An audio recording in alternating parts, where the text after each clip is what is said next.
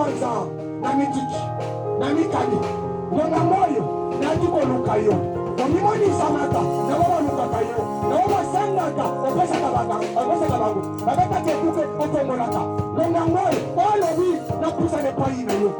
Je me dispose maintenant. Parlez-moi.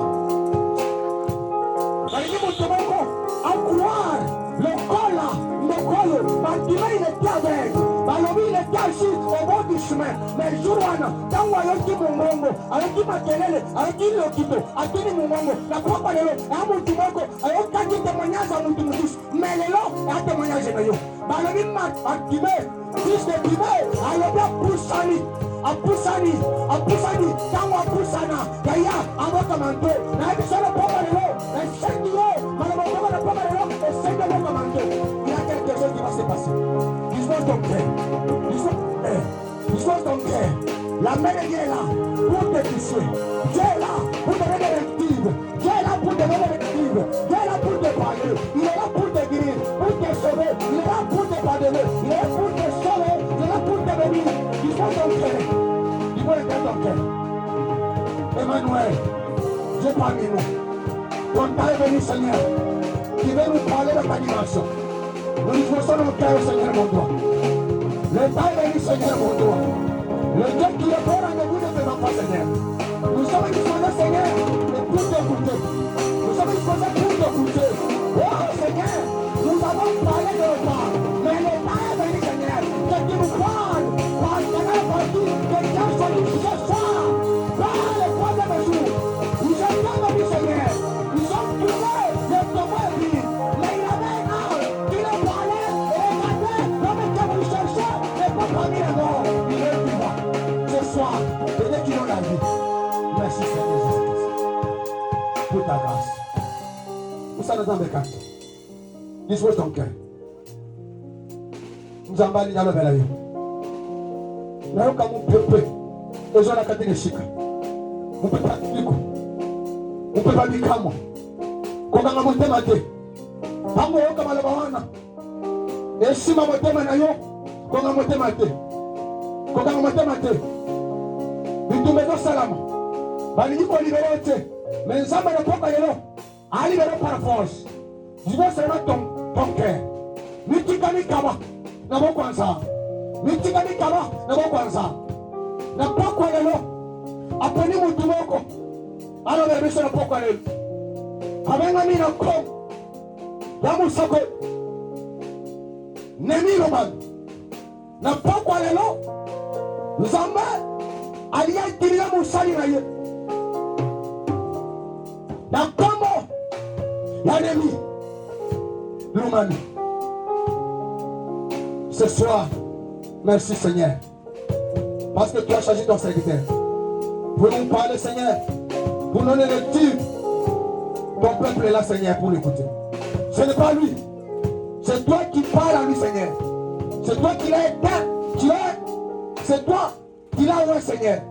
Tu l'as établi, tu l'as donné 7 ans pour parler, pour te servir, pour montrer ta grandeur en lui, Seigneur. L'ennemi se dispose.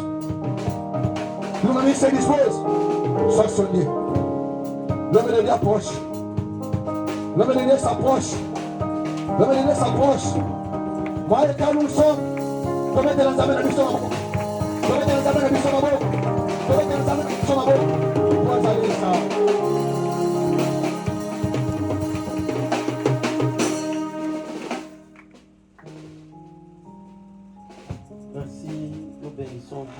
Tu es le maître des temps et des circonstances. Oui, ton papa Nisambe, Yende Aza, Mokolo Tango et Nanyos. Votre maître. Tofandi.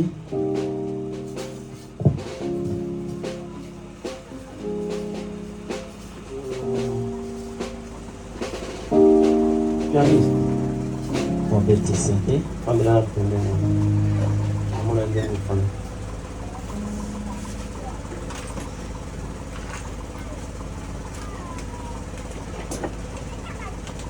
Nous disons encore une fois de plus merci à Dieu, lui qui est le créateur des cieux et de la terre.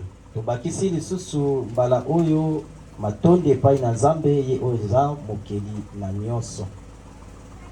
Qui savait que ce soir nous devrions être dans cette église pour annoncer l'évangile. Oya bongisaki pe ayebaki ete na pokwa na lelo tokozala awa mpona koteya sango malamu. Dans ces grands marathons de prière, Na bongo milulu munene ya mabondeli. la conquête des bronzes. Bongo bitumba ya kobotola mboka na Hebrona. Quand j'ai suivi ce thème, Tango nalandaki bongo mama na likamboyo, j'ai compris qu'il y a quelque chose. na sosoli ete eza na eloko moko Et cette église est bénie. oyo etonga oyo epambolami. Amen.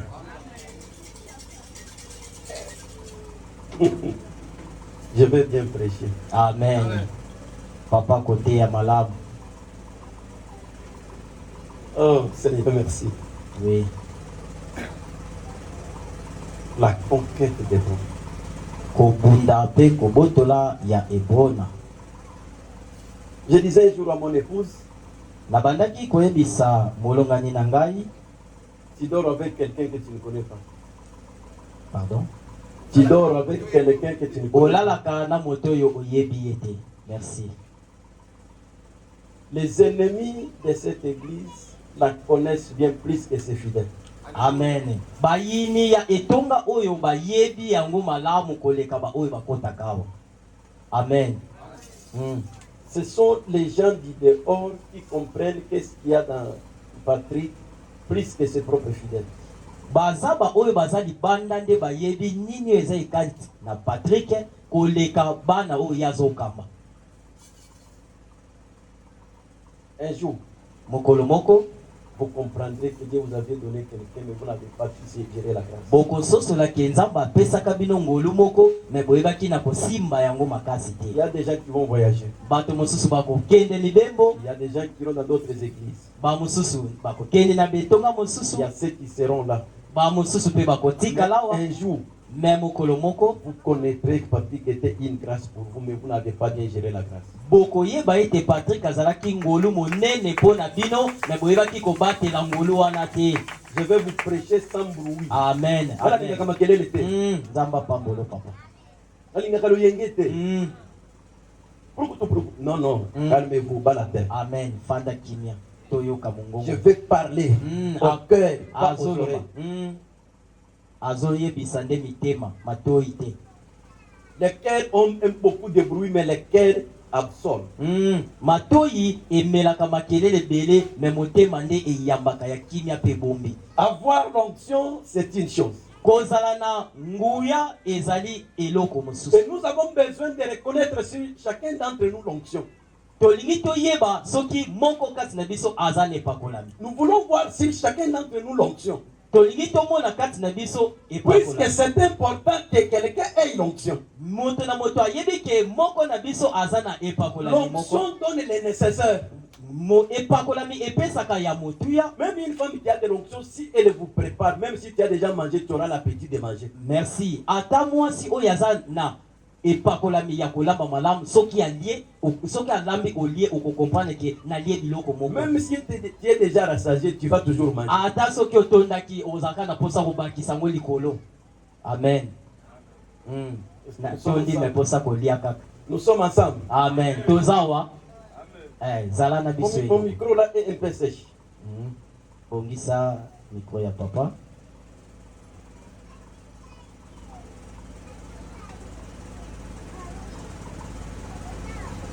Vous pouvez avoir l'onction. Bokoki kozala na ngolu. Si tu n'as pas les soutiens de ses frères, la barque va tourner en rond. Soki ozwi lisungi ya bandeko te ndembo ekobaluka kaka wana. Donc avoir l'onction, c'est une chose. Amen. Kozala na ngolu eza eloko mosusu. Et avoir les soutiens de ses frères, c'en est une autre. Oh, kozwa pe lisungi ya bandeko mosusu eza pe eloko mosusu. Amen. C'est pourquoi David avait fait 7 ans à Hébron. Yangwana Daudi asalaka 7 ans na mboka na Hebron. Et il a failli que les anciens se réunissent pour les wine. Esengelaki ete bampaka basangana mpo bayeba bongo kopakola. Il a été choisi par Dieu. aponamaki epai na Nzambe. Il a été oint par Samuel à Bethléem. Mais il a fallu qu'il vienne à Hébron pour que les anciens se réunissent pour les ouais. Amen. S'il y a eu aussi beaucoup d'autres choses, je vous informe ce soir que Hébron était aussi un lieu de couronnement. Amen.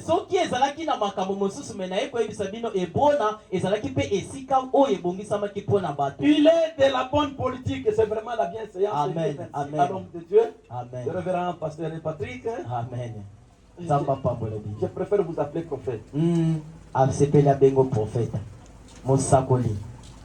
Kombo asika yango en église. Bosepeli nangwa. Pour la marque de confiance que nous avons bénéficié de sa part. Amen. Na ebele ya bongo confiance oyo tozui epai na ye. Puisque nous céder la chair, c'est une grâce particulière. Amen. Kotiki la biso etumbelo epesameli pa moto nyonso te. Encore une fois de plus, merci au révérend pasteur François Munkindi. Tobakisi pe lisusu merci epai ya papa mpaka François. Je l'appelle comme Eliezer de Damas. Abengaka ye Eliezer ya Damas. C'est la personne qui avait rencontré Rebecca avant Isaac. Amen. Yenda kutanaka na Rebecca avant Isaac amona ye. Avant que toi tu me connaisses, c'est lui qui m'a fait connaître toi. Avant que yo yeba ye yende mutayeba ki ye mutaliboso.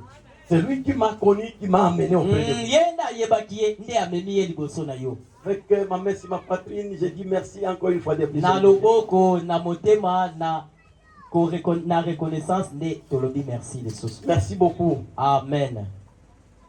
La conquête d'Hébron. Bitumba pe kobotola ya mboka nepona. Protocole, est-ce qu'il n'y a pas moyen de donner aux gens la place ici? Protocole. Bande kolibanda bokoti bosundi biso bokoti na kati. Etonga bisika ezali ya kofanda. Botondisa nano na kati ya boete bato bafanda. Protocole, regarde-moi.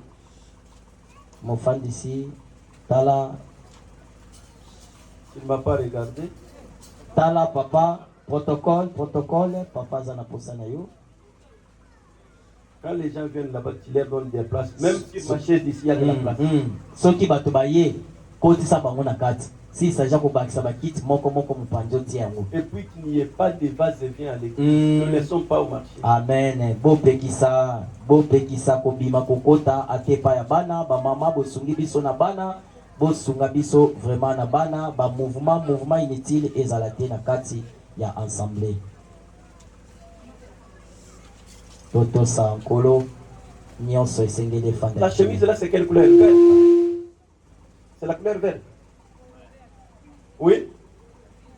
Il y a une femme devant lui. Ouais. Qu'elle s'élève. Maman au télémi. Oui, yo. Téléma maman. Cet enfant-là, c'est un garçon de 3 ans. Wana mwana na yo, to ya moto afandi pembeni na yo. Ya ye moko. Elle a combien d'années? Azana mbula nini? Pardon? 2 ans. 2 ans. Amène-le. Yaka na ye. Oye na yo.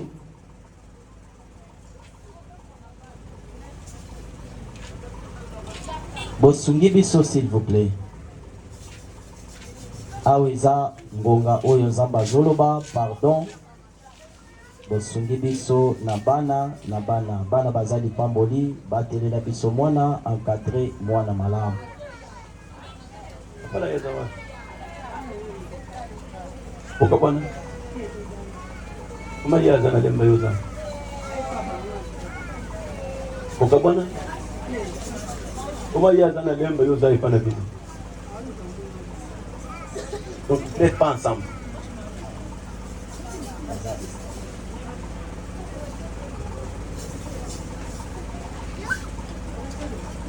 Kobingisa makamiste, pardon, zalawa. Namoni mwana ya zole. Sika zole na wana eza likolo. Et quelqu'un me dit. Moto moko ayebisi papa. Gloire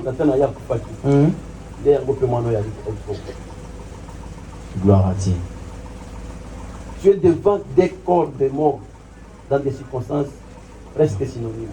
Oza liboso ya banzoto mibale ya bibembe oyo ekutani na makama moko ikabwana. Ta faute c'est quoi? C'est la distraction. Oyo ya yo mabe ezali nde oza na kimia te. Azana kimia. Pardon. Oza ofandisami te. Non, la distraction est pour prendre ça. Distraction, c'est quoi? Pardon?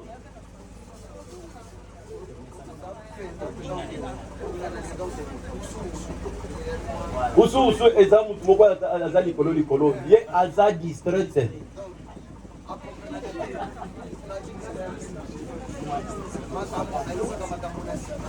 Très bien. Très bien. Amen. Mais tu ne sais pas différencier les biens et les mal. Makambo mususu ezokomela yo kaka tososeli yango. Benga ye oyebisa ete aya basambela mpona ye. Amen. Eske ndenge okei boye osi okei kozonga na yo iko azala me soki azala te okozonga wapi epai moko te otikali awa. Et puis kokutani na yo na ye ezalaka bitumba moko désordre. Tu m'entends bien? Oyoki papa malamu. Na église olingaka église mais oza distraite.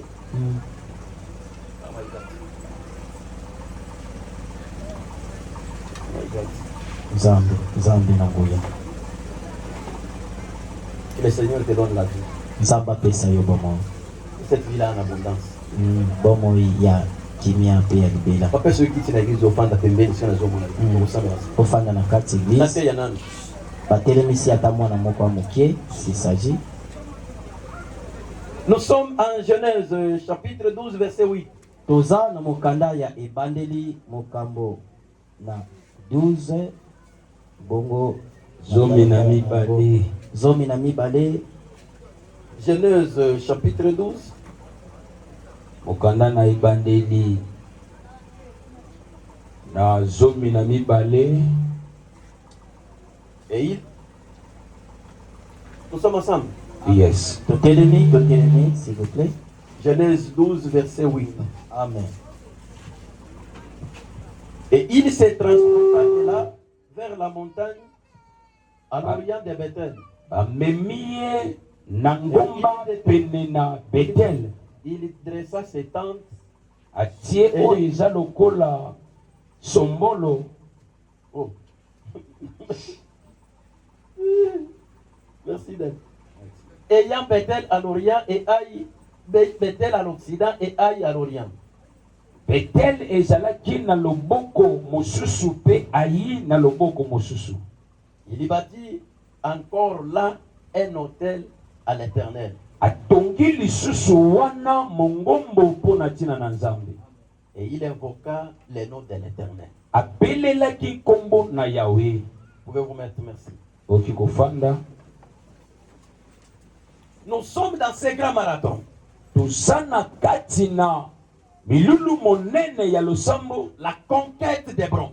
Kobunda pona kozwa etando ya Hébron. Hébron a été habitable et meilleur grâce à ce qui était en lui.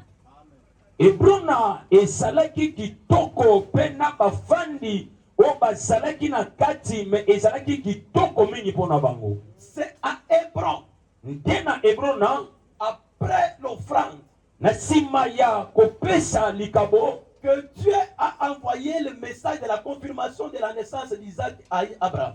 Andena wana nde nkolo ayebaki kopesa oyo eza lokola bososoli pona mbotama ya Isaka. Après l'offrande, na sima ya kopesa liboza, le dossier que nous avons dans ce marathon, yango nde towana ngo na kati na milulu oyo, c'est la conquête.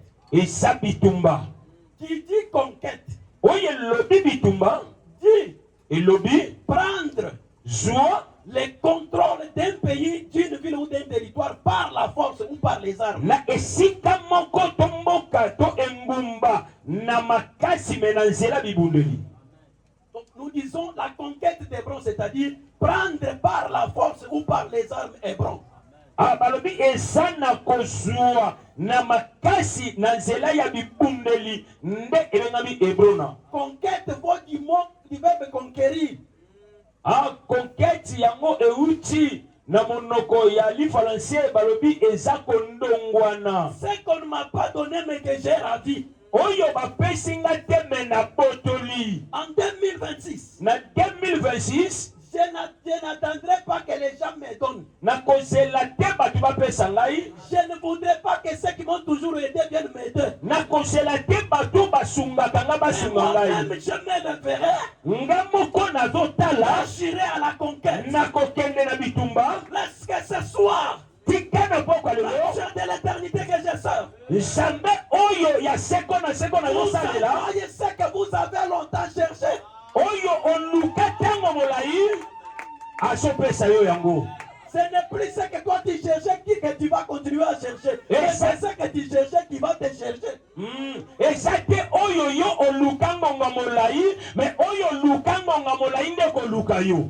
Le temps est arrivé Ngonga eseye où chacun d'entre vous moko lokola mosusu doit s'élever comme un homme, esengeli telema lokola moto entrer dans les combats de sa famille akota na libota na ye et conquérir tout ce qu'il avait besoin. ayeba kobunda mpo azwa nyonso esengeli mpo na ye. Tu as dit Amen et reçois ton miracle. Soko lobi amen lipango eza mpo na Tu as dit yo. Amen et reçois ton miracle. Awa lobi eza mpo na ye. La conquête d'Hébron, Na kondongwana na Hebrona, c'est à Hébron où on avait oué David 2 fois. na kana Hebrona nde bisiko bapakolaki nkumu Daudi mbala mibale. Ça, c'est l'année des couronnements des rois. Eza na mbula oyo ya bopakolami mpo na bakonzi. Amen. Il n'y a pas un poste vacant. Eza na biskiti moko te ya pamba, Tous les postes sont occupés. bakiti nyonso bato basi Et bafandeli. il faut que celui qui occupe ton poste disparaisse pour que tu puisses. Esengeli na moto afandi na kiti na yo aloba mpo yo kota. Ah, opesa mpe na be lipango na likolo na yo. Oyo azwa encourage papa nzamba pambola ye. Esika ye. Atike ya esika na yo. Omoni bino basi ya mabala bokeba. Mm. Eza mususu afandi posi oza na ngo wana Keba. Yes. Amen. Amen. Loba, loba papa. soki oyo tite okokufa ata na accident. Ako remplacer. Amen.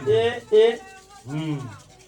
Et celui qui t'a fait longtemps la guerre disparaisse pour que tu puisses apparaître. Moto oyo abundisa yo ntango molai esengeli alongwa pour que yo ozwa esika. Un jour, Moïse envoie les espions. Mokolo moko Mose azotinda banongi, Il les a envoyés par tribu, atindi bango kolendisama na baeteni ya ekolo. parmi lesquels il y avait un certain Caleb. Na moko na bango nde ezalaki na ndeko Caleb. Caleb était neveu de Josué. Azalaki mwana ankasi ya Joshua. Ils sont partis en espionnage au Canaan. Akendaki na kononga na Kana. Quand ils sont arrivés là-bas, Tango bakomi kuna, les autres d'un commun accord ont fait un rapport qui n'était pas bon.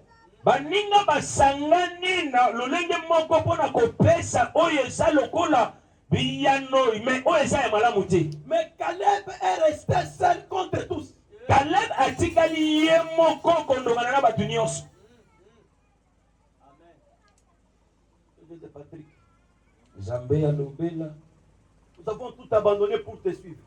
totiki nyonso mpona kolanda yo. Si tu ne peux pas faire quelque chose puisque nous te l'avons demandé, Oh, soko kosala ata eloko moko te na pokwa lelo puisque nous te l'avons demandé, mpo biso tosengi yo. mais fais quelque chose puisque nous avons abandonné les dieux de nos ancêtres pour te choisir au milieu de nos dieux. Alléluia. Sala eloko moko mpo biso totiki kuti totiki kindoki kolandi yo.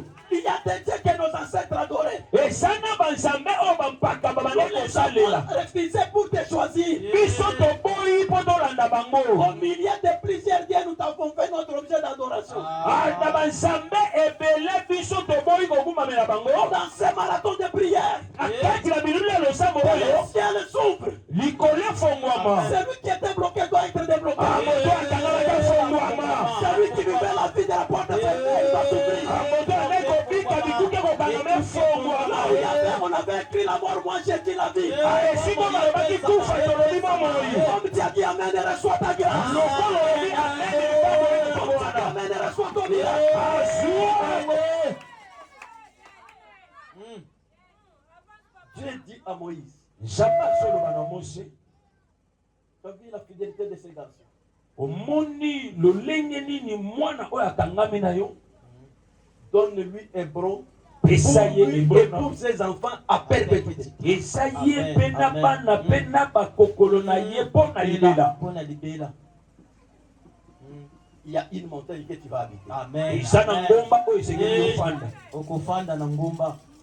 Quand j'ai prié pour vous, Ntango nakobondela mpo na bino, j'ai dit à Dieu, nazoyebisa na Nzambe, donne un miracle à cette église. pesa bikamwa mpo na eglise oyo. Donne un miracle à quelqu'un dans cette église. Pesa bikamwa na moto moko na kati ya Et eglise. ce miracle-là, tu lui feras effacer les noms de celui en qui il espère. Pour écrire ton nom avec marqueur dans son cœur. Bikamwa wana ebungisa ye kombo ya motu moko na tina ete azwa kombo na yo Nzambe ata yango na kati ya motema na ye. Amen. Il y a quelqu'un sur qui tout le monde compte dans la famille. Eza na moto moko awa esengeli bato nyonso na libota batalela ye. Même quand il ne vous donne rien, mais c'est lui qui prime sur tout le monde. Atako azopesa eloko te me ye nde ana motuya koleka bato nyonso. On sait que tu es de la famille d'Étel. Bayebi te yo uti na libota songolo. Il est pour toi comme un masque d'acier qui ne permet pas aux autres de te voir. Eza lokola balakisi yo eloko moko oyo ezotalisa te bato mosusu bamona yo. Quand on veut te voir, on voit celui-là. Ntango bazolinga bamona yo bazomona ndeko wana. Même ceux qui peuvent t'aider, ils ne veulent pas t'aider puisqu'ils savent que tu es de la famille d'Étel. Ata bato bakoki kosunga yo moye basunga yo te mpo bayebi ke outi na famille songolo. Et pendant que celui-là là, ne fait rien pour vous, Na ntango ete na tina ete ndeko wana asala eloko te mpo na tina na bino. que mon Dieu te donne un miracle qu'il fera oublier ça. Asalelo bikamwa. Eleka. Moto moko alobi amen ya makasi nzambe asaleli ya. Amen. Olobi amen koleka bato nyonso nzambe apesi. Soko bakisi amen nzambe apesi na siko. Ya yo oyo ozela te baopesa ngo siko. Bien-aimé, Molima mi? Dieu a décidé que Hébron soit donné à Caleb. Nzambe abongisi ke Hébron ezala mpo na Caleb. Caleb n'avait que 40 ans. Azalaki na mibu tuku minei. Moïse l'a juré devant les peuples. Mose alapi ndayi na libota nyonso. C'est Dieu qui avait promis, ce n'était pas Moïse. Eza Nzambe nde alakaki eza Mose te. Et Dieu nous dit, Nzambe azoloba. je connais les projets que j'ai formés pour vous. Nayebi mabongisi oyo naza nango mpo na bino. Ce sont des projets de bonheur et de paix. Eza mabongisi ya bofulukisa bipe ya kimia. Et non les projets de malheur. Eza mabongisi ya mpasi te. Tu es dans quel projet? Yo oza na mabongisi nini? Tu es dans les malheurs ou dans les bonheurs? Oza na mpasi to oza na bofulukisa. D'ailleurs, quand tu es sorti ici pour venir à l'église, on a commencé à se moquer de toi. Ntango okobima mpo ya na kani na etonga babandi na kochola yo. On a dit, ah, il est parti. Babi akei. Peut-être que tu n'as même pas encore mangé. Ce n'est pas puisque tu es jeune, tu as manqué quoi. Oza teke mpo olie te mpo ozokila me ozangi nde. Or, la Bible dit, si nous avons quoi à manger et quoi nous vêtir, nous dirons que cela nous suffit. Amen. Bakomi ezoloba malamu ete soki tozwi ya kolia tozwi ya koliata nde wana esuki mpo na biso. Toute ta vie est toujours dans des complications. Bomo ino mobimba eza kaka na kana mbulungana. Rien n'est réussi. Eloko moko ezobonga te. Or, tu as sur toi la promesse. Oza kati na yo oyo eza bilaka. Bilaka ye. Souffrir, mais en ayant la promesse. Ozonyokwama na bilaka. Caleb a vieilli. Caleb akoli. Ce n'est pas moi, Ezanga te. ni le prophète, Eza mosakoli ni le te. pasteur, Eza qui avons mobali demandé te. à Caleb de nous dire l'âge qu'il avait à ce temps-là. Ye nde alobaki na ye ayebisa na Caleb mbula boni oyo aza na yango. C'est lui-même. Eza ye moko. Il a compris qu'il n'avait plus l'âge qu'il avait. Asosoli ete aza esu na mvula oyo azalaki na yango te. Oh, j'ai la force d'entrer et de sortir. Ye naza na makasi ya kobunda. C'est ça qui vous attire plus. Mais Yango nde ezobenda biso mingi. il dit, Azoloba. mais j'ai déjà 85. Naza na mbula ntuku mwambe na mitano. J'ai fait 45 ans avec la promesse sans qu'elle ne s'accomplisse. nasali tukumi na mitano na bilaka etikali atako kokisama te. Dieu est derrière sa parole pour l'accomplir. Jamais atindaka maloba na ye mpona kokokisa yango. Ce qu'il dit, il l'accomplit. Oyo nyonso alobaka mpe akokisaka yango. Pourquoi la promesse faite à Caleb pouvait traîner 45 ans sans se réaliser? Mpona nini oyo eza maloba ya Caleb yango esali mibu tukumi na mitano na tileke ekokisama te? La personne qui a la promesse ne meurt pas. Oyokite. Regardez-moi maintenant. Oyokite. Regardez-moi. La personne qui a la promesse ne meurt pas. Moto aza na bilaka aokufa te. Mais elle vieillit. Aokola kande. Amen. Apambolo. Aokoma mobangie. Apambola. Tu ne meurs pas, mais tu Amen. Okokufa te mookola. Tu vieillis, la promesse est réalisée. Amen. Okoma mpaka mpe bilaka ya okokisa. Ezokokisama te. Ezokokisama te. Yo ozonuna mais ezokokisama te. Quand Caleb parlait de son âge, il était fâché. Ntango akoloba na ntina ya mvula na ye atomboki makasi. Il n'y a que toi qui parles de ton âge avec légèreté. Eza kaka yo nde olobaka na ntina na mbula na yo na peke. Il y a 3 temps dans la vie. Eza na bitani misato na bomoi. Le premier temps, eza na ntango moko de 0 à 30 ou à 35 ans. kobana na libungu tuluki no na tuku misato. On vient au monde ozoya na mokili et on apprend les services. ozoyekola mosala. C'est pourquoi vous voyez les parents nous envoyer à 6 ans, on vous envoie à l'école. yango moni na mbula motoba papa bakotinda biso na ete lopoto On yekola. t'envoie pour apprendre le travail. bazotinda yo mpo oyizwa boyebi mpo na mosala. De 30 ou de 35 ans. na tuku misato kino na tuku misato na mitano Jusqu'à 60 ou à 65 ans. kokoma na tuku sambo una tuku sambo na mitano On travaille. obandi nde kosala. Tu es en train de travailler. ozosala Puisque c'est l'âge de la retraite. Amen. nde wana ezokomi na ngonga ya bopemi.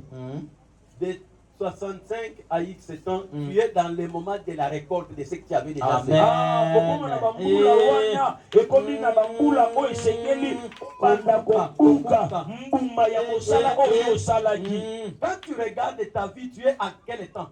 ntango okotala bomoi na yo oza na ngonga nini? Tu n'as pas encore l'âge du mariage. oza nano te na ngonga ya kobala. Tu n'as pas encore l'âge du travail. oza nano te na ngonga ya kosala. Tu n'as pas l'âge de retraite. oza nano te na ngonga ya bopemi. Tu as servi ton mari. osaleli mobali na yo. osaleli bana na yo. Maintenant, ce sont tes petits-enfants qui t'ont pris au service. nde na boye ekomi ntango oyo mpe bakoko na Quand est-ce yo. que tu iras en retraite? ngonga nini yo okende na bopemi? Quand est-ce que tu vas récolter ce que tu as semé? ngonga nini yo okobuka oyo olonaki? Pharaon demande à Jacob, falo akotuna na yakobo, quel âge as-tu? mbula boni motango boni ya mvula yo oza na yango. Il dit, ton serviteur n'a que peu d'années. abi mosali na yo akana mwa bamvula moke. Mais nde caractérisé par la souffrance. esangani nde na mpasi. Je ne vis pas ce que mes parents vivaient. nakobika te oyo bapapa na nga Mais j'ai babika. peu de temps. nga na mwa ngonga moke. Mais nde caractérisé par la souffrance. etalisami na mpasi. Quel âge as-tu? mbula boni oza na yango. Jusqu'à présent, tu es toujours en train d'étudier. tina ngonga oyo okotanga na. Jusqu'à présent, tu es toujours en fiançailles. tina ngonga oyo bazokanga nanu lopango. Jusqu'à présent, tu es toujours qui? tina ngonga oyo oza nani? Quand Caleb a vu que l'état était déjà avancé, ntango Caleb amoni ke motango esi epusani, il s'était approché auprès de Josué. apusani liboso ya nganga nzambe. Votre problème, vous ne faites pas confiance à Patrick. likambo na yo ozotia oyo ezali elikya te na mokambi na yo. Vous n'avancez pas auprès de Josué. bozokende te liboso ya Yoshua. François tel qu'il est là, vous ne pensez pas qu'il existe. bozokanisa te te ke François azalaka. Vous avez besoin des prophètes. Ozana besoin basakoli. Il vient, il fait la jambe comme ça, les fesses sortent. Aye atie mikolo comme ça aben yango. Écoutez, Yoka. tous ces syncrétismes-là sont inutiles. Makambwana nyonso eza nango na tina te. Nous n'avons pas besoin de connaître qui a l'onction plus que qui, mais nous avons besoin de voir qui apporte la solution liée à qui. Tozana besoin de toyeba nani alana epakwa koleka nani, mais tozana na besoin tomona nani azomema o eza biyano na ba besoin o batu bazana yango. Si je fais comme ça, les faits sortent dans mes aisselles. Atana sali boye moto ekobima na sama peka na ngai. Quelle est la solution que les faits de mes aisselles apportent dans ta vie? Ah, ememeli yo nini na kana bomoi na yo. Dans ce marathon de prière, Na kati na bosangani ya on n'a losambo pas oyo. besoin de bruit. Tozana besoin makelele te. On a besoin des responsables. Twana besoin ya bato bafandisama. Amen. Tu regardes ta vie, tu te regardes, tu dis, est-ce que c'est moi ou c'est quelqu'un d'autre? Tala bomoi na yo pe mituna, est-ce que ezali ngai to pe moto mosusu? Il y a toujours un prix à payer dans la conquête. Eza na lifuti esengeli ofuta mpona kobunda. Il y a toujours un prix à payer. Eza na lifuti esengeli ofuta.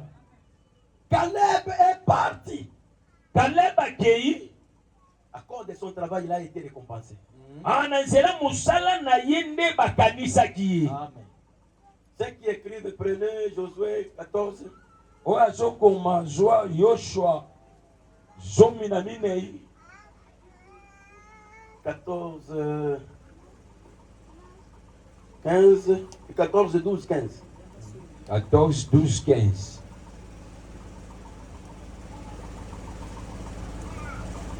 Et vous pouvez aussi prendre encore 15, Okipe kozwa lisusu 13, 14. 15, 13, 14. zomi na misato zomi na minei.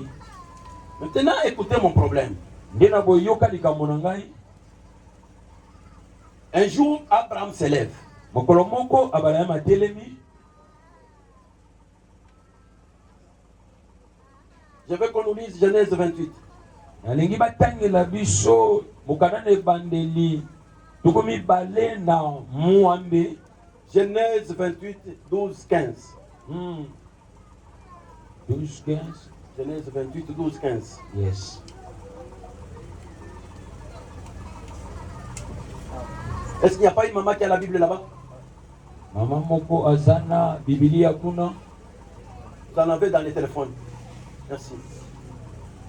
C'est la Bible, même dans les téléphones, c'est la Bible. Et le reste est Bible. Amen. Amen. Amen. Oh. Mon salut. Genèse 28, 28, verset. 12 au verset 15.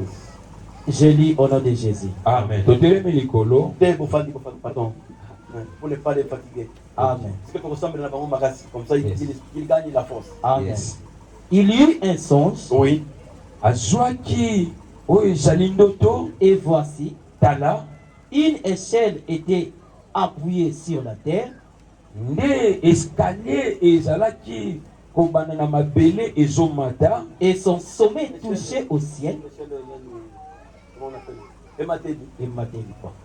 Mathélie. Emateli. Ok. Et son sommet touchait au ciel, Likolo na yango etutaki na mapata, songe etuti na mapata. et voici, Tala sikoyo les anges de Dieu montaient et descendaient par cette échelle. Insiste, c'est ce que tu veux dire. Et voici, nde tala les anges de Dieu manchelu na Nzambe montaient et descendaient par cette bazomata pe échelle. bazokita na nzela ya ematelo wana. Amen. Et voici, Tala sikoyo l'Éternel se tenait au-dessus d'elle, Nzambe atelemi likolo na bango et il dit, azoloba je suis l'Éternel, nazali ya seko le Dieu d'Abraham, Nzambe na balayama ton père, tata na yo, et le Dieu d'Isaac. Nzambe na Isaka. La terre sur laquelle tu es couché, Mapele na bipai o wapi yo olali je la donnerai à toi et ta postérité. na pesi yango epai na yo epi na bankitani na yo. Le dossier qui est ici, Amen. écoutez bien aimé. Je venais de dire que dans la conquête, il y a toujours un prix à payer. Nauti koloba na kondongwana eza toujours na motango esengelo futa. Il n'y a rien pour rien. ezana eloko moko te pona eloko te. Il n'y a pas de l'indépendance sans martyr. Ezana bofongwami te soki mbeke ezali te. Il n'y a pas un héros sans histoire. Ezana elombe te soki lisolo ezali te. Dans la conquête, Na kati ya bitumba vous devez vous sacrifier pour gagner ce dont vous avez besoin. esengeli bomikamba mpona oyo bino boya nango bosenga.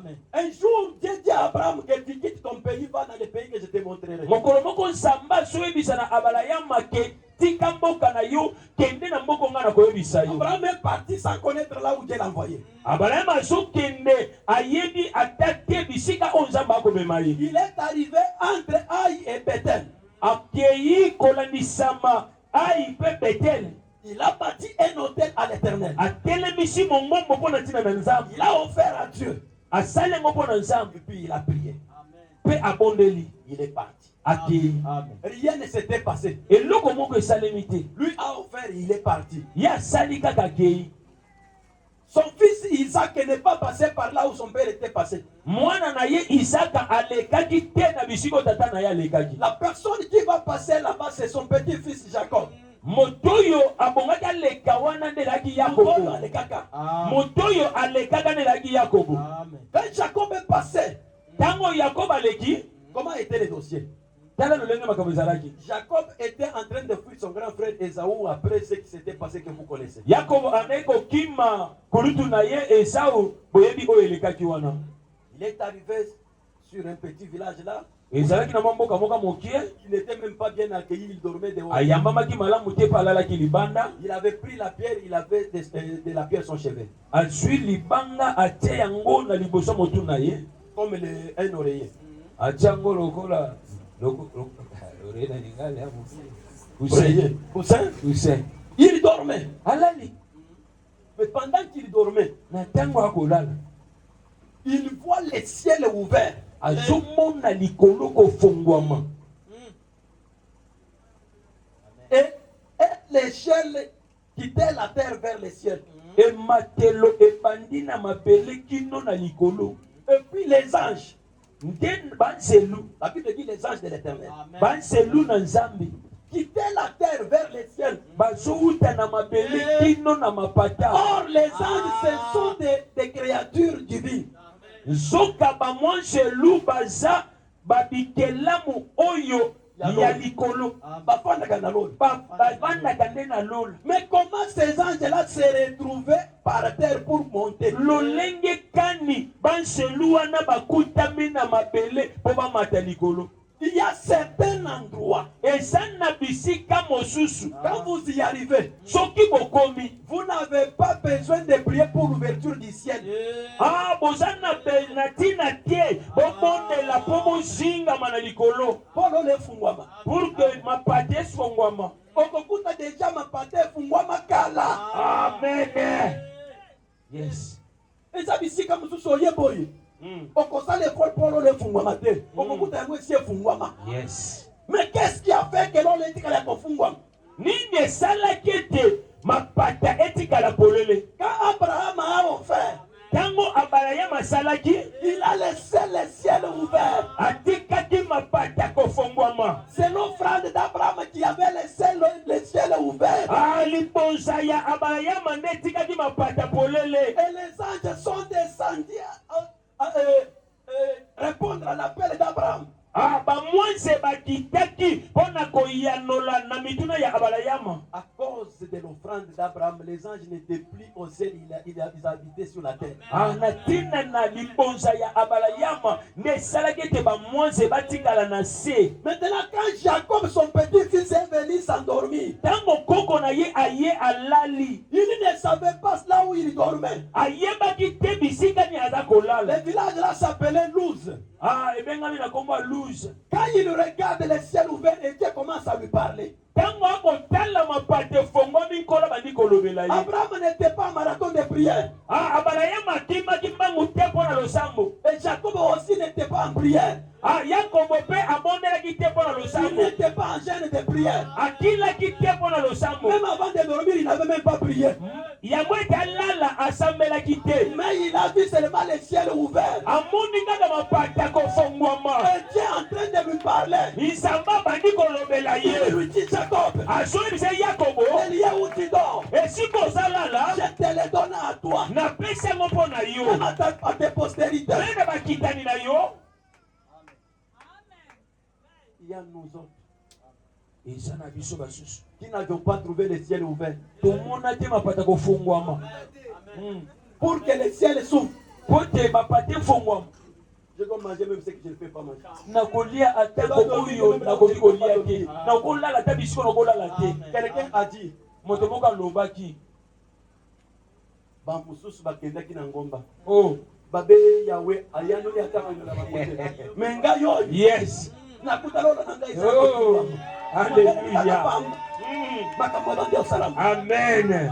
Il est vrai, il a dit la vérité. Nde alobaki solo. Celui qui avait dépensé son énergie, c'est son père. Moto oyo abimisaki mayele mpe makasi nyonso tata na ye. Pour que cette église ait la vie. Po te etonga oyo ezwa bomoi.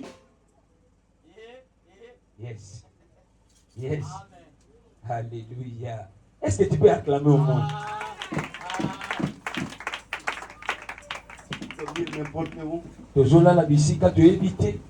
manger n'importe quoi. Tozolia biloko oyo toza na besoin nango te. Et les gens qui te voient ne t'acceptent même pas que tu es passé puisque tu n'es pas véhiculé. Ah, bato bakomona bazondima te koza mobateli mpa te mpo mutuka eza te. Mes parents ne m'ont pas laissé le ciel ouvert. Pardon? Mes parents ne m'ont pas laissé le ciel ouvert. Batata batika mapata kofungwama te. Mais moi, Ngai je laisserai le ciel ouvert à mes enfants. nakotika mapata kofungwama mpo na ntina bana na ngai.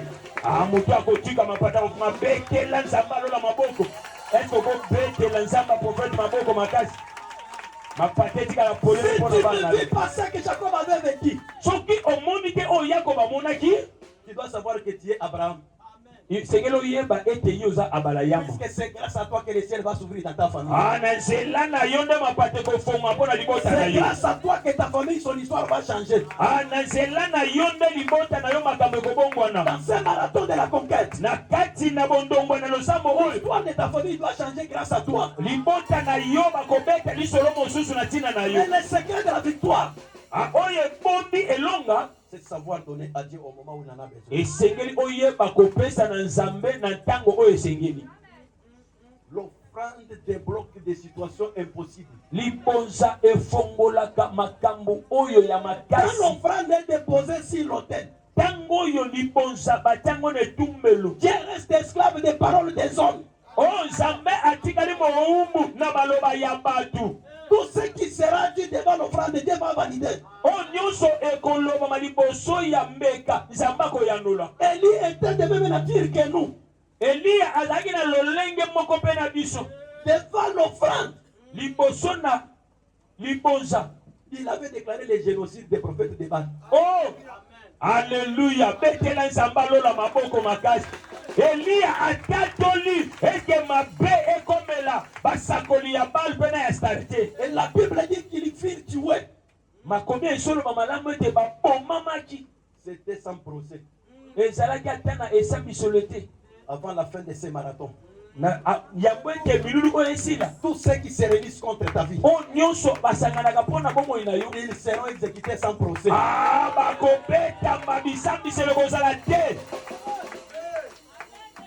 Babetama Devant l'offrande, liboso ya libonza. Dieu reste esclave des paroles des hommes. Nzamba kokoma mowumbu ya maloba ya batu. L'offrande, Libonza. c'est la vraie marque de l'amour de l'homme envers son Dieu. Ah, yango ndela botalisami ya malamu mpona moto na ntina na nzambe na ye. L'offrande Libonza annonce la mort et la vie. elobaka mpona bomoi mpe kufa. Écoutez, je vais vous dire quelque chose. Yoka na ngai nayebisa bino likambo moko. La vraie offrande ne quitte jamais l'autel. Ah, libonza ya malamu elongwaka na etumbelo te. Vous êtes d'accord? Mais tout ce que vous avez donné hier est parti où? Si la vraie offrande ne quitte pas l'autel. Yeah. Alléluia. Soki elongwaka te me nyonso bopesaki lobi mpona nini kitunga etikali pamba me libonza na bino ekei wapi? Donc ce n'était pas des vraies offrandes. Ezalaki ya malamu te. Dites-moi, quelle est votre réponse? Ezalaki ya malamu. Zaki ya malamu. Yes. Mais l'offrande ne quitte pas l'autel. Elle est où? elongwe te na lolenge normal mais na molimo. J'arrive. Yes. L'offrande, Yes. c'est l'argent. Liponza eza nde mbongo. C'est un bien en nature que vous donnez à Dieu. Ah, eza eloko oyo ya bozo pesa na Nzambe. Pour que ce que vous avez déposé à l'autel prenne la forme de l'offrande et qu'elle soit appelée offrande. Po oyo bozo tia liboso ya etumbelo elata elongi ebengama liponza. Il y a trois choses. Eza na makambo misatu. La première des choses, Likambo liboso. sortez ce que vous avez comme offrande. Bimisa oyo wana ngolo kola libonza. Vérifiez. Tala yango malamu. Après avoir vérifié, Na sima kotala yango parlez. loba. Seigneur, Kolo c'est toi qui as beaucoup d'argent. yo tozana mbongo ebele. Mais 500 francs ici, 500 fois nanga oyo 1000 fois nanga je oyo te les donne comme offrande. nazopesa yango lokwa libonza. J'ai tel problème et tel problème. naza na likambo songolo likambo songolo. Réponds-moi. Yanola ngai Il va répondre. akoyanola. Oyoki bien te moto ayokanga abetela Nzambe maboko makasi. La deuxième des choses, Ya mibale écoutez, quand vous venez avec l'argent, vous mettez dans les paniers. Si vous n'avez pas prié avant de venir offrir, vous n'avez pas donné l'offrande, c'est une contribution sociale. soki osimbi mbongo oye kotia na kana kitunga osambeli te eza nango opesi mpo na basalela yango misala na kana etonga. Nous allons travailler avec ça. Tokosalela na yango. Mais l'offrande, Mais libonza la première des choses, vous devez prier. ya liboso esengeli obondela. Puisque c'est la prière qui donne la forme à ce que tu as comme offrande. Nde losambo nde epesaka motuya na oyo oza nango lokola Est-ce que vous likambo. croyez que tout l'argent qui sont dans des poches des gens là, ce sont des offrandes? Bokanisi ete nyonso eza na kati na libenga ya bato nde babengi yango libonza. Même quand tu donnes là, tu vas enlever quelque chose dans ce que tu as. Ata kotango kopesa okolongola mwa ndambo na oyo oza na Ce yango. que tu vas enlever là, que tu veux donner à Dieu, parle à Dieu. Na oyo kolongola po pesa na Nzambe loba na Nzambe. Tu n'as pas ce que tu vas donner à Dieu, tu n'as pas tout ce dont tu as besoin. Dieu en a. Eza ne loko te oyo kopesa Nzambe o Nzambe azangi. Nyonso kopesa Nzambe aza nango deja. Il faut aussi voir la qualité de ce que tu offres. Esengeli otala eloko nini oyo ozopesa. Et aussi le respect. La troisième chose, c'est le respect de celui qu'on offre. Ya misato eza botosi na moto oyo ozopesela. L'argent perdu dans la prostitution, tu ne peux pas les gagner à l'église puisque tu as donné l'offrande. Libonza oyo ozwi na bondumba esengeli. Obungisi mbongo. Oke kozwa ta maladie na ekobo na yo. Tu viens à l'église, tu donnes l'argent pour... Non, on ne corrompt pas Dieu. Avant que tu t'amènes avec ton offrande sur l'autel, tu dois d'abord toi-même te déposer comme la première offrande sur l'autel. Amen. Yamwete oyo bakotia oyo na libonza na yo esengeli yo moko nanu ozala libonza oyo esengeli otia na liboso etumbelo. Ce qui fait la force de la sacrificature, c'est la crainte de Dieu. Oyo ezosala makasi ya motumbi mbeka eza nde bobangi Nzambe. Dieu a travaillé avec trois personnages dans la Bible. Nzambe asalaki na bilongi misatu na kati na Biblia. Il a travaillé avec les prophètes. Atambolaki na basakoli. Quel est le rôle d'un prophète? Motina to ya bosakoli ezani. C'est prendre les problèmes que Dieu a besoin et les communiquer au peuple. Kozwa makambo na Nzambe komemela ngo na libota. Dieu a dit ça, c'est les prophètes qui doivent communiquer. Nzambe akoloba me mosakoli nde azoyebisa na libota. Il travaillait aussi avec les rois. Andaki pe kosala na bankumu. Quel est le rôle d'un roi? Nkumu tina na ye eza nini? C'était faire exécuter ainsi dit l'Éternel. Yena andaki kosala na tina ete maloba na Nzambe etosama. Dieu a travaillé avec les sacrificateurs. Nzambe asalaki pe na batumbi mbeka. Le rôle d'un sacrificateur, Motina ya motumbi mbeka. prendre les problèmes du peuple et les amener devant Dieu. Kozwa makambo ya libota komema yango liboso na Nzambe. Pourquoi tous ceux qui ont travaillé avec Dieu connaissaient les secrets de l'offrande? Moto nyonso asala na Nzambe ayebi tina ya Et libonza. quand l'offrande est déposée sur l'autel, Dieu reste esclave des paroles des hommes qu'ils vont prononcer devant l'autel. Tango libonza etelemi liboso ya etumbelo Nzambe akomi moumbu ya maloba ya batu. Il n'y a rien pour rien. Eza na pamba te na tina na pamba. L'offrande libonza. Tranche les palabres dans la famille. Ah, betela nzamba lola maboko makasi. Est-ce que vous betela nzamba lola maboko makasi? Si vous voulez seulement venir dans ces marathons, Soki bolingi boya kaka na bibundeli oyo. Moïse entend les cantiques que nous dansons et nous sortons. Ah, bayemba kaka nzembo tobina pe tobima. Non. Bongo te. Vous n'avez pas compris la vision de l'homme de Dieu. Ah, wana boyebi te emoneli ya nganga nzambe. Dans ces marathons, Na kati na milulu oyo. il faut qu'on sache qu'est-ce que Dieu a besoin de nous. Esengeli oyeba ninyo nzamba nango bosenga pona Nous avons besoin d'Hébron. biso to ana besoin tozwa Hebrona. Et quel est le rapport que nous avons fait à Moïse quand nous avons été envoyés? Ah, bayebisaki biso nini na Mose tango atindaki biso. Biso tango Moïse atindaka biso topesaka ye rapport nini? Ah, to yanolaka ye nini? Yano na biso ezalaki nini? Ce sont des petites choses simplement que les fidèles n'acceptent pas. Eza biloko moko ya mike oyo lingomba tope bana na nzambe Parler balimaka de l'argent à l'église, c'est énerver les fidèles, les amène qui koloba na tina na mbongo na kana etonga eza nde kopesa nkanda na libota. Mais moi je vous informe, Nga nalingi nayebisa bino si vous obéissez à cette parole, soki bokotosa maloba oyo après ces marathons, na nsima ya milulu oyo on va demander qu'est-ce que vous avez touché. bakotuna osimbi nini.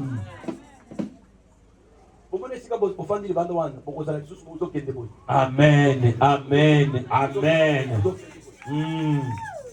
Mutu moko azokomprendre malamu te po soko komprenaki mongo betela nzamba lola maboko maboko ozobeta makambo yango ezoya makambo yango ezoya.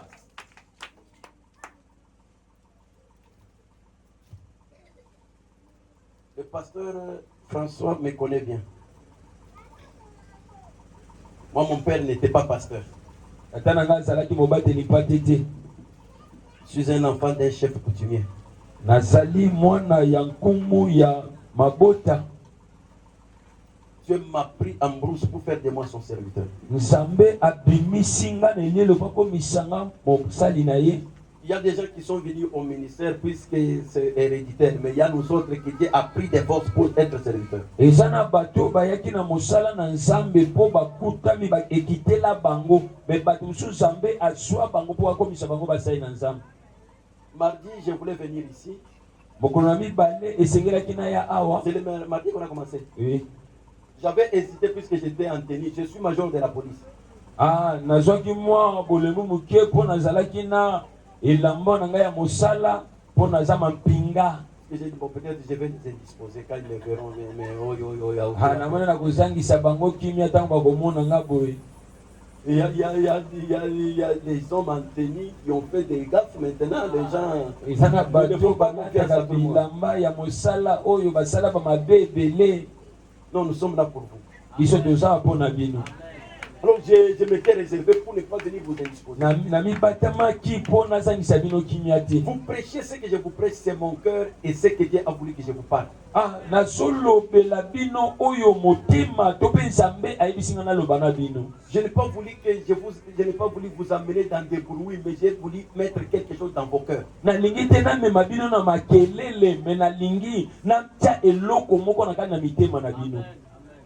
Toute personne qui a les secrets de l'offrande a toujours réussi dans ses combats. Motonyoso ayebi oyesa lokola litomba ya likabo aza toujours na aza.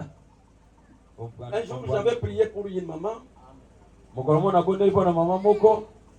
Elle avait un problème de cancer de sein. Azalaki na maladie na libele. Elle est partie, elle était ici à Kinshasa, elle est partie en Afrique du Sud, elle n'a pas réussi. Elle m'a trouvé dans mon village en brousse là-bas, encore trop jeune. Nous avons prié pour elle. Là où elle était assise, elle avait toujours des poudres, puisque la plaie là était en train de s'appuyer. Ah, bisika azalaki toujours na mwa pudulu po tawane bandai toujours ko bima mafina. Il était mal à l'aise. azalaki na kimia te. Et il mettait aussi mal à l'aise ceux qu'il a visité à cause de l'odeur. Abandaki mpe kotia bato nyonso bandaki koya kotala ye kozanga kimia. Je suis arrivé là où il était. Nakomaki na bisika oyo Nous azalaki. avons invoqué les dieux des cieux. Tobondelaki nzambe ya likolo. Je n'ai pas vu ce que tout le monde avait fait. Nakimaki te oyo bato nyonso bakimaki. Je suis parti. Nga nakendaki. Deuxième jour, je suis arrivé. Mokolo ya mibale nakei. On a prié. Tobondeli. Le troisième jour, Mokolo ya misato. la pluie ne sortait plus. Mafina ekoma lisusu te. Avant qu'elle ne quitte le village, on a été avec elle, la plaie s'était cicatrisée. Ah, na tango oyo alingi atika bisika oyo azalaki deja na kati na ye ebandaki kokauka. Pota ezalaki déjà ya kokauka. Pota ekaukaki mbala moko. J'arrive là où elle était à Kabinda. Nakomaki bisika azalaki na Kabinda. Elle a dit à ses enfants, Ayebisi bana na ye. cet homme que vous voyez ici, que vous appelez jeune garçon, Moto bokomona bozomona elenge mobali. tout le temps qu'il sera ici, il doit manger dans ma maison. E mikolo nyonso ya kozala awa akolia na ndako na ngai. Et j'allais manger comme chez nous. Naliaki lokola epa na biso. Quand nous fûmes encore à la cité Bethel. Na bandaki kozala nanu na etonga oyo batangi kombo. Un jour, on était en jeûne. Mokolo moko tozalaki na kokila. Après la prière de jeûne, je suis allé, on a fait 3 jours. Na nsima ya kokila mikolo misato nde nakei. Fatigué. Nalembaki Affamé, makasi. 3 jours. Nzala mikolo misato. Quand je suis arrivé près de la porte, j'ai senti l'odeur. Ntango nakomi pembeni ya ekuke ya ekoteli nayoki solo. On préparait la viande de la chèvre dans la maison. Ah, bazobongisa elubu ya mosuni ya nyama Les na chèvres kati ya de ndako. ce coin-là ont quand même un parfum. Hein. Ah, babi nyama ya bakote wana eza na ntunga vraiment. Papa, je m'approche. Nazopusana. Là, elle avait un garçon là qui avait les biceps. Ah, ezalaki na moto moko avimba maboko bisika wana. L'enfant de la dame là. Azalaki mwana ya mama wana. Il vient me barrer le passage devant la porte. Alinga kangela ngai nzela. Mais toi, qu'est-ce qui ne va pas? Yo nini eza na yo? On croyait que tu étais déjà parti quand on te voyait. Biso toyebaki ke yo so okendaki. Mais tu es revenu pourquoi? Oye lisusu mpona nini? Est-ce que c'est nous qui avons tué tes parents pour que tu viennes toujours manger chez nous? Est-ce que biso nde tobomaki bakoti na yo mpo oya kaka kolia mpa na Quand biso? lui était en train de me torturer, Ntango la ye maman aza voyait la kotokola scène au travers ngai, la mama azomona na kati na ekuke. maman a crié. Mama angangi. Est-ce que tu connais ce que tu fais là et à qui tu le fais? Est-ce que oyebi makambo oyo ozosala mpe na nani nde ozosala? Oh mère, Matika. mais ce garçon ici, c'est un pasteur. Mwa elenge oyo ya koza mobateli mpa te. Quand lui me voit ce garçon ici, Ntango ye azomona nga mais elenge. sa mère se souvient de là où on s'était rencontré avec elle. Mama nazokanisa bipai oyo tokutanaki. Au ciel, il y a un Dieu qui écoute la prière. Ah, na lolo eza na nzambo ayokaka balosambo. La maladie que tu as là ne te tuera pas. Ah, maladi oza nango ekoboma yo Nous te. allons bâtir un hôtel dans cette église. Esengeli totelemisa mongombo na kati Et etonga nous oyo. allons invoquer le nom de Yahweh dans cette église. Esengeli tobelela nkombo ya nzambe Là na où il y esika oyo. avait des complications, les Bisika oyo pasi ezalaki yo ozozwa kimia. viens avec colère qui prend l'enveloppe à retourner $10. Yaka ozwa na mbongo mindele $10. Viens vite. Yaka na lombangu. Je ne connais pas ton problème. Nayebi likambo na yo Je te. veux prendre l'enveloppe entre mes mains. Zwa na maboko mosai na nzambe. Les dieux des esprits des prophètes. Mets-toi sur ma chaise. Panda na ebonga na ngai. David a été oint par la tribu de Juda à Hébron. Ah, bapakolaki Dawidi na eteni ya Yuda na kana Hebrona. Et il est resté encore à Hébron pour être oint par les anciens de tout Israël. Atikalaki na Hebrona pour que pona tina ete bapakola ye na bakolo ya Israele. La chaise sur laquelle tu es assis Na ebonga o epai wapi yo ofandi. m'a été donnée comme serviteur de Dieu. Ba epesa melanga lokola mosala Je nzambe. suis arrivé sur ce tapis rouge avec honneur. Na ye na kati na esika ya motane na lokumu. Si je suis serviteur de Dieu, Soki naza mosala nzambe. ton offrande parle. Libonza na yo Et eloba. dans cette église que quelqu'un témoigne.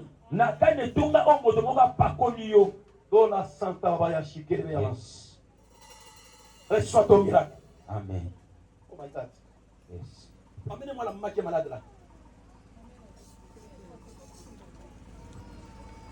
Yes. Ils sont venus avec cette femme. Ouais, je vais aller.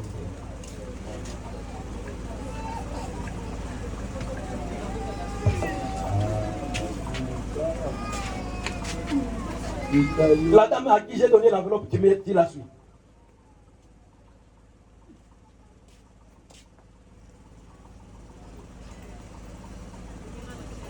Approche un peu avec elle. Yakanaye.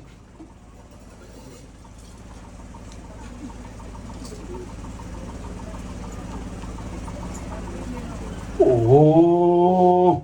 Esi. Là, ils sont en train de lire la matras. Pourquoi seulement quand moi je suis arrivé, vous avez amené cette maman? Pona nini kata ngana yibo ena mama oyo. En 2006, Na 2006 c'était ainsi un villageois là de Mbujimaï. ezalaki na moto moko ya kala ya Là, Mbujimayi. mon villageois. Ah, nga nazalaki moto ya Là, mon Mbujimayi. villageois. Afin de la quitter Nangawa. Fandisa ye awa. Il y a quelque chose que Dieu va faire dans cette église. Eza na eloko moko nzambe ngasa na église oyo. Oh! Ezomata. Ezomata. Vous savez, quand j'ai prié, Oyebi ntango na kobondela j'ai vu des choses. namoni makambo. Le matin, j'ai écrit au pasteur François pour me donner le nom du pasteur Patrick. Na ntongo nakomelaki mobateli mpate François po ayebisanga nkombo ya Pasteur Patrick. Donnez-moi son nom. Pesanga nkombo na ye. Qu'est-ce que j'ai vu? Nini onamoni? J'ai vu les Patrick là avec lesquels vous blaguez. Namoni Patrick wana na motemo bokosakana. Na Moto bosakana ye. namonaki Patrick oyo bozosakana na ye wana. Yes. Oyo bozomona ye pamba wana. Atelemi quelque part. Mutu moko aye na caméra azozwa image. Sikoyo ba image wana azali kozwa. Ezalaki ya Patrick te. Atelemi liboso Patrick na caméra azozwa image. Mais image ezopima na nani na tableau na ye ezali ya Patrick te. Qu'est-ce qui se passe?